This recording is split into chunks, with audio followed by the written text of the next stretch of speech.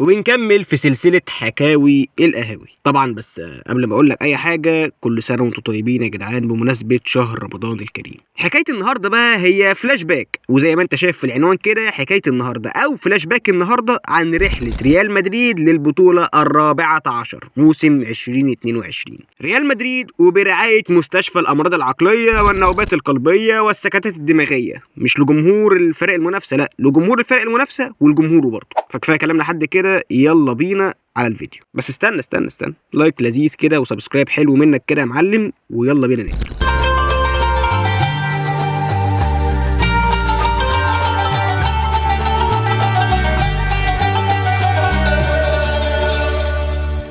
في دور المجموعات من دوري ابطال اوروبا 2022 ريال مدريد بيقع في المجموعه دي مع كل من انتر ميلان، نادي شريف تراسبول، وشختار دونيستيك. رحله الريال بقى يا معلم في دور المجموعات كانت كالتالي: الجوله الاولى ريال مدريد قدر يحقق الفوز على انتر ميلان في الجوزيبي مياتزا او السان سيرو، مش هنختلف. المهم ان الريال قدر يفوز 1-0 في الدقيقه 89 بهدف من رودريجو. في الجوله الثانيه بقى ريال مدريد بيلاعب فريق شريف تراسبول ولكن بيخسر 2-1 وفي البرنابيو. ننقل على الجوله الثالثه بقى ريال مدريد بيواجه شختار دونيستيك في اوكرانيا ومدريد بيفوز 5-0. والجوله الرابعه بقى وللمره الثانيه ريال مدريد بيلاعب شختار ولكن المره دي في البرنابيو وبيكسب 2-1 بهدفين من الحكومه كريم بنزيما. الجوله الخامسه بقى ريال مدريد بيرجع تاني لاعب شريف وبيكسب المره دي مدريد بره ارضه 3-0. والجوله السادسه والاخيره ريال مدريد بيلاعب الانتر وبيفوز عليه في البرنابيو 2-0. وبكده يا معلم يبقى دور المجموعات خلص، ولحد هنا الدنيا طبيعي جدا. الفريق متصدر ب 15 نقطه، ولكن من بدايه دور ال 16 بقى وتحديدا ماتش العوده ده اللي مش طبيعي. وخلينا ماشيين كده واحده واحده ومش هنسبق الاحداث. بس قبل ما نكمل، انت دوست لايك، عملت سبسكرايب يا معلم؟ انا بفكرك بس عشان نكمل. تقوم قرعه بقى دور ال 16 تحط ريال مدريد في مواجهه البي اس جي، مواجهه صعبه وتقيله. نيمار، ميسي، امبابي في مواجهه رودريجو، بنزيما، فينيسيوس. يلا بينا نشوف. يوم الثلاث 15 فبراير 2022 استاد العاصمة الفرنسية باريس ملعب حديقة الأمراء بيستقبل المارينج ريال مدريد في مباراة ذهاب دور ال 16 من دوري أبطال أوروبا. المباراة دي اللي يعتبر كانت من طرف واحد وهو باريس سان جيرمان صاحب الأرض. وعلى الدقيقة 62 كده بتيجي ضربة جزاء لباريس سان جيرمان، وعلى التنفيذ طبعا ليونيل ميسي، ولكن تيبو كورتوا يأبى ويتصدى لضربة الجزاء دي، وبتستمر المباراة لحد الدقيقة 90. وفي الوقت الضايع وهوبا صديق اليوم ومنافس الأمس كيليان امبابي بهدف من العلامة المسجلة بتاعته دخل راوغ 2 لعيبة من مدافعين ريال مدريد وبيسجل هدف في الوقت القاتل عشان يخلص ماتش الذهاب بنتيجة 1-0 لأصحاب الأرض. يوم الأربع 9 مارس 2022 إياب دور ال 16 من دوري أبطال أوروبا على السانتياغو برنابيو. البي اس جي متفوق على مستوى النتيجة، ولكن على أرض الملعب فكل شيء جايز. ميسي، نيمار، امبابي في هجوم النادي الباريسي، وهدف أول لمبابي وبيتلغي بسبب التسلل. هدف تاني من امبابي والمرة دي يتحسب من أهداف العلامات المسجلة لكيليان امبابي، يعمل نفسه هيشوط بعيد ويشوطها لك في الدقيقة. وهوبا جول تالت لمبابي بس برضه بيتلغي. طب كده خلاص الدنيا خلاص كده، باريس كده متقدم بفرق هدفين. المدرب بقى يسحب حد من خط الهجوم وينزل لاعب عشان الناحيه الدفاعيه وكده؟ لا والله المدرب ما يعملش كده. وكان رد فعل ريال مدريد انه 1 2 3. قصدي مش فاهم. لا يا صاحبي، لا ده عدد اهداف كريم بنزيما في الماتش. هاتريك بنزيما بيكسي باريس سان جيرمان ويديله قرار ازاله كده من دوري الابطال. يلا يا حبيبي السلامه. طب يا عم خلصنا كده من دور ال 16، يلا بينا على ربع النهائي وبصوت المعلم عيسى الوزان. يلا بينا.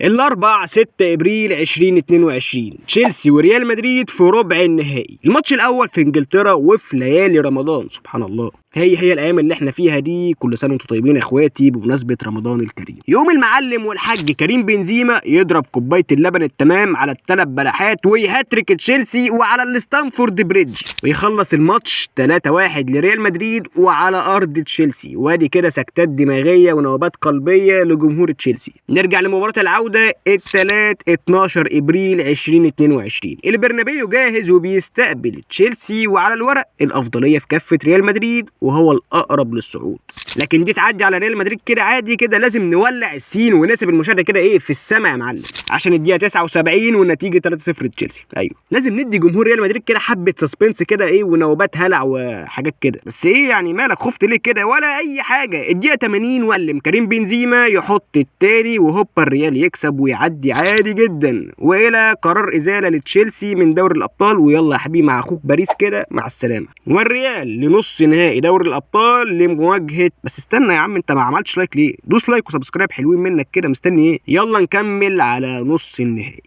والى نصف النهائي دوري ابطال اوروبا، ريال مدريد ومانشستر سيتي. الثلاث 26 ابريل 2022، استاد الاتحاد. معقل نادي مانشستر سيتي بيستقبل المارينجي ريال مدريد في ذهاب نصف نهائي دوري ابطال اوروبا. وبسم الله الرحمن الرحيم، ولسه بنقول بسم الله ويا هادي. الهدف الاول من نادي مانشستر سيتي كيفن دي بروين في الدقيقه 2. طب يلا يا رجاله اهو الهدف الثاني للسيتي من الدقيقه 11. وكده الماتش رايح في سكه سكور تاريخي، ولكن كريم بنزيما من فرصه ميته بيسجل الهدف الاول لريال مدريد. عشان كده ايه 2-1 ولسه الدنيا في امل. وفي الدقيقه 53 فودن بيسجل الهدف الثالث بعد عرضيه من فرناندينيو. كده النتيجه 3-1 عشان الرد المدريدي السريع من فينيسيوس بعد انطلاقه من نص الملعب صاروخيه، خد ورا فرناندينيو ويجري وبيسجل الثاني لريال مدريد. بعدها برناردو سيلفا بيسجل الرابع بعد هدف مكار. وبعدها يا سيدي ضربه جزاء للريال بيقلص منها الفارق لجول واحد عشان تنتهي مباراة الذهاب بنتيجة 4-3. هتقول لي ازاي يا ابني ده لسه ايه السكور تاريخي؟ والله يا ابني انا ما عارف. نتيجة لا تعبر نهائيا عن احداث الماتش، ولكن ريال مدريد للسكتات الدماغية والنوبات القلبية ونوبات الهلع للفرقتين وللجمهورين.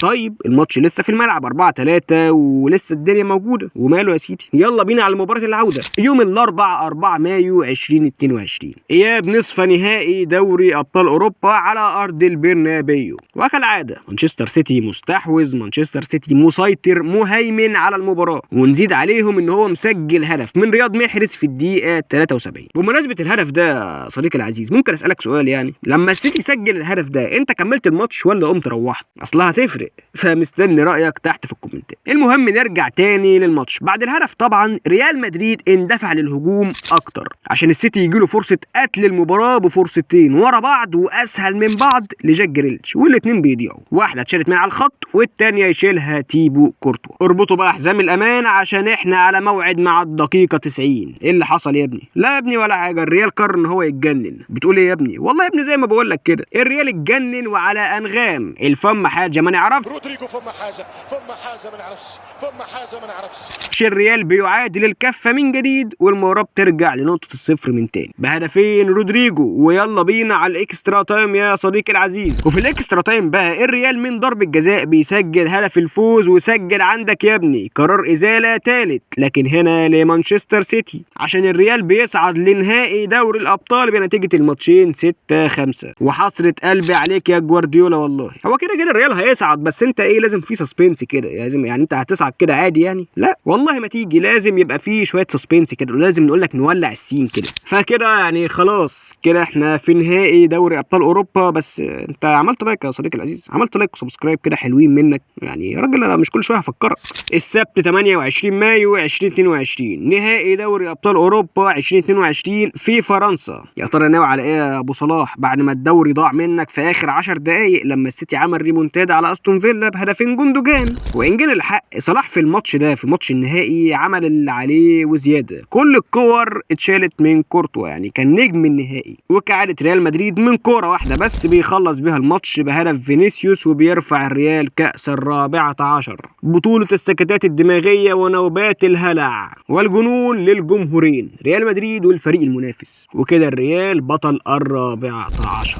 وبس كده يا صديقي العزيز، الحكايه النهارده خلصت. بس ما تنساش بقى اللايك والسبسكرايب عشان يوصلك كل جديد، ولسه في حكايات تانية هنحكيها على مدار رمضان ان شاء الله. فكل سنه وانتم طيبين يا جدعان بمناسبه رمضان الكريم. كان معاكم احمد خالد، فبس كده، سلام.